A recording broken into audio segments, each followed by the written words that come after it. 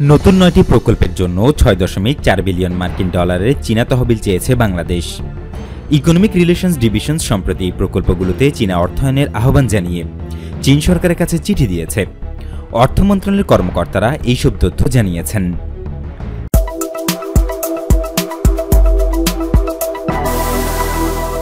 চিঠিতে সরকার পায়রা বন্দরের প্রথম ধাপের নির্মাণের জন্য ১.৬ বিলিয়ন মার্কিন ডলার এবং বরিশাল ও ভোলাকে সংযুক্ত করার জন্য দেশের সবচেয়ে দীর্ঘতম সেতু নির্মাণের জন্য ১.২ বিলিয়ন মার্কিন ডলার অর্থায়নের কথা বলেছে।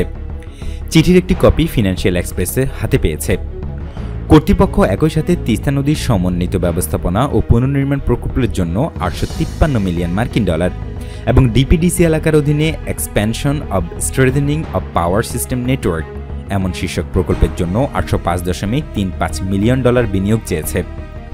অন্যান্য প্রকল্পগুলোর মধ্যে রয়েছে Sheikh Hasina institute of information and technology ও হাইটেক পার্ক প্রতিষ্ঠা, তেলের ট্যাঙ্কার ক্রয়, বরিশাল কুয়াকাটা হাইওয়েকে ৪ লেনে রূপান্তর, সারা দেশে উচ্চ প্রযুক্তির গ্রামীণ সেতু নির্মাণ এবং ঢাকা শহরের দাসেরকান্দি এসটিপির অধীনে বর্জ্য সংগ্রহ সিস্টেম নির্মাণ প্রকল্প। ঢাকায় সম্প্রতি ইনভেস্টমেন্ট কর্পোরেশন ওয়ার্কিং গ্রুপের যে বৈঠক হয়েছে সেই বৈঠকের সিদ্ধান্ত অনুসারে এই প্রস্তাব করা হয়েছে বলে অর্থ মন্ত্রণালয়ের কর্মকর্তারা জানিয়েছেন। চীনের প্রেসিডেন্ট শি জিনপিংয়ের ঢাকা সফরকালে দুই দেশ ২৫ বিলিয়ন ডলারের বিভিন্ন অবকাঠামো প্রকল্প বাস্তবায়নের জন্য চুক্তি স্বাক্ষর করেছিল। এই প্রকল্পগুলো তত্ত্বাবধানের জন্য ইনভেস্টমেন্ট কর্পোরেশন গ্রুপ গঠন করা হয়। চীন যদিও গত বছর বাংলাদেশকে অনুরোধ করেছিল যাতে চলমান প্রকল্পগুলো কাজ শেষ না হওয়া পর্যন্ত বাংলাদেশ নতুন কোনো প্রস্তাবনা না পাঠায়, কিন্তু বৈঠকে বাংলাদেশ যুক্তি দেখিয়েছে। তালিকার কিছু প্রকল্প বাতিল করা হয়েছে, সেখানে এই নতুন প্রকল্পগুলো যুক্ত হতে পারে।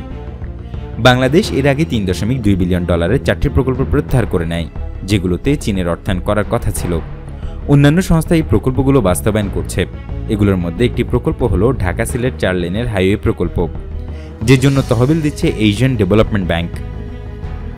প্রস্তাবিত প্রকল্পগুলোর মধ্যে বরিশাল ভোলা প্রকল্প এবং পায়রা সমুদ্র বন্দর প্রকল্পকে গুরুত্বপূর্ণ হিসেবে বিবেচনা করা হচ্ছে। ভোলা সেতু নির্মাণের জন্য সরকার দীর্ঘদিন ধরে অর্থায়ন খোঁজার চেষ্টা করে যাচ্ছে। তেতুলিয়া ও কালাবাদর নদীর উপর এই সেতু নির্মাণ হবে।